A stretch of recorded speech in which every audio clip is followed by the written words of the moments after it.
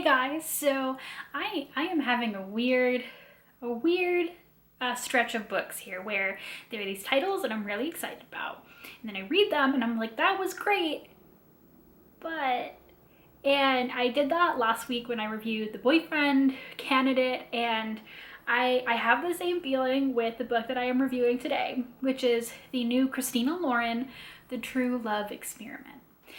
Now, The True Love Experiment is a companion book to Christina Lauren, their book, The Soulmate Equation. They say in their thanks and acknowledgments at the end that they actually wrote this book basically because readers asked for it. Fizzy, one of the characters, Felicity Chen, who goes by Fizzy in this book, was a secondary character in The Soulmate Equation. And people, when they went on tour for that book, were like, where is Fizzy's book? And so they felt like, oh my gosh, I guess we kind of have to write this book. They found a story for her and they wrote it. They weren't planning on it, but they got inspired and people asked. I do not have the emotional connection to Fizzy's character that I may have had I read The Soulmate Equation. I wasn't particularly interested in the concept of that book when it came out, which is a fake dating trope because people are matched with their genetic match. And there are these two people who like despise each other who have a high genetic like compatibility match, and they do a fake dating thing as far as I understand it. So I didn't read that one. I didn't really realize this was connected. But this one was a little bit more humorous to me, about a romance writer and a documentary filmmaker who have to come together to work on a reality show, so I decided to test it out. So take everything I say with, I do not have a prior connection to this character, I just read this book.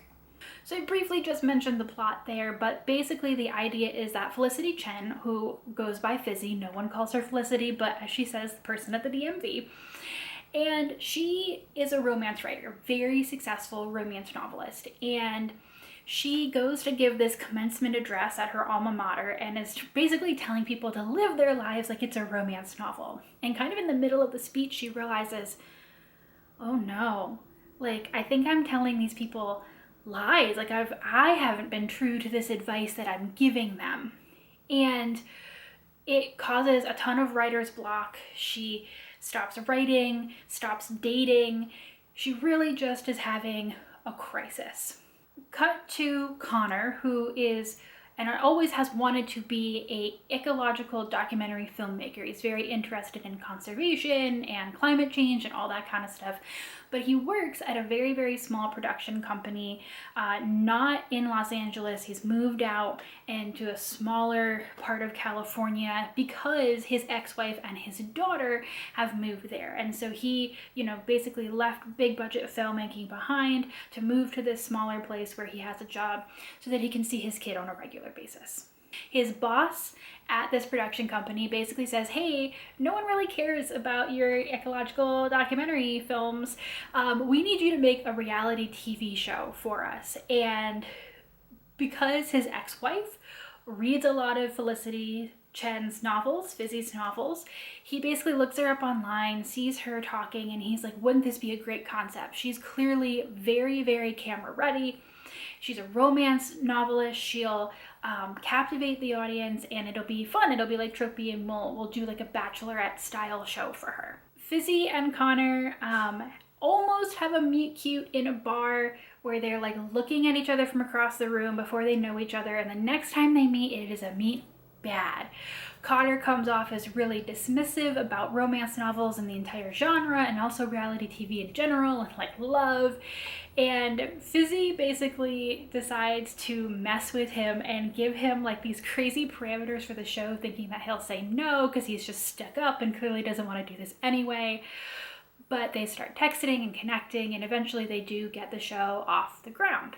It's kind of hard when to stop what I usually do, which is like, the introductory setup stuff for the novel, because one of the issues that I have with this book is the plot and the pacing, and I don't want to talk about that quite yet, but I think where I've stopped it is a pretty good get your feet wet situation. But yeah, I don't think this book really knew what kind of a book it wanted to be, and we'll talk about that. Fizzy as a character is hilarious, and I can see why before her crisis she was such a great secondary character in this first book. She is, like her name implies, just effervescent. She's funny, she's irreverent, she's a romance novelist who, you know, is very sex positive and dates a lot and just like really has no problem putting herself out there. And she is very much contrasted with Connor, who, as someone who got married quite young because he got his girlfriend pregnant and they tried to be married for 2 years before they got divorced, has had to, you know, work through a very, very like calm and supportive, you know, co-parenting situation, and has about a 10-year-old kid or so who is pretty great.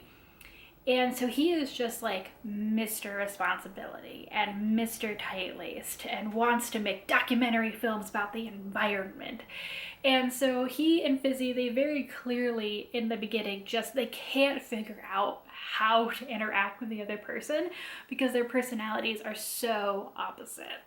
The bridge here are characters River and Jess's daughter Juno, who were the main characters in the soulmate equation. So if you were wondering how much of them you see in this book, I would say actually quite a bit. There are definitely some books that are like next in series or companion books where maybe the past couple will show up like at the end or something, but they are very present throughout this whole book, especially having Juno, Jess's daughter, be a great bridge with Stevie, who is Connor's daughter, and like, you know, really mixing it in and being a whole fun, like found family situation. I think the issue with this book is that there was Fizzy and Connor's relationship on one side and them coming to be friends who are very clearly attracted to each other and trying to juggle that.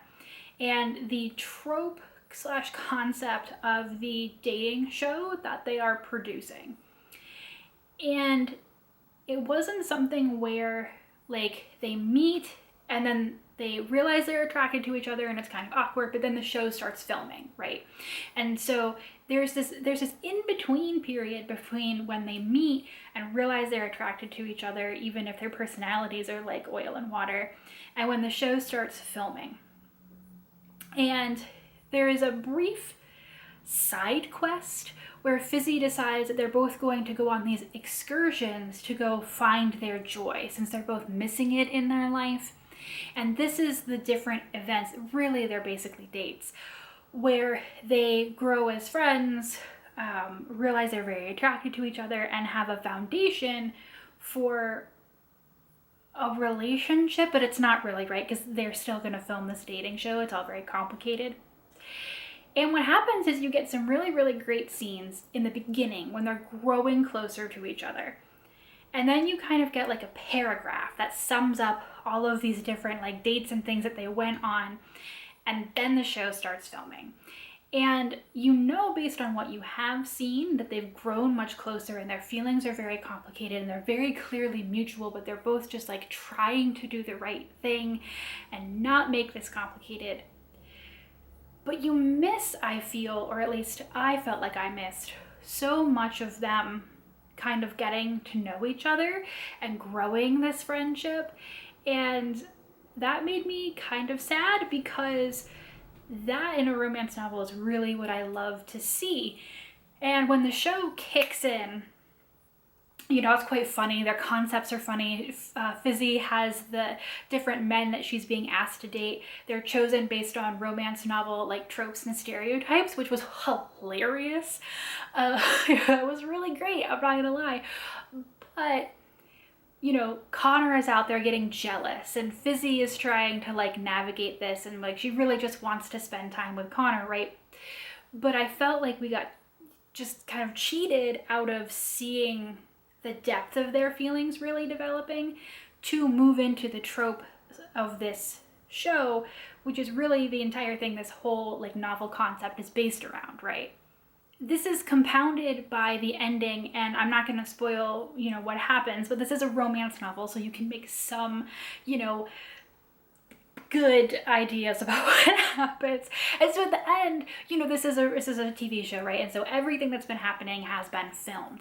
And at the end, there's like this video montage of Connor and Fizzy like falling in love on set. And even that is like, you already know there's all of this stuff that has happened, but in that montage you get like images or clips from dates we didn't see before the show started and things we never saw happen while the show was filming.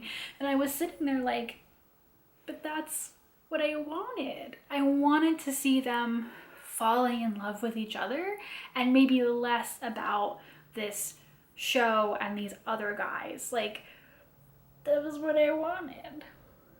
Again, I'm not saying that their relationship building isn't in the book, but I feel like with the pacing and the space that has to be given to the dating show, but then it's like compounded by these different periods where like you're getting teased with things you never got to see.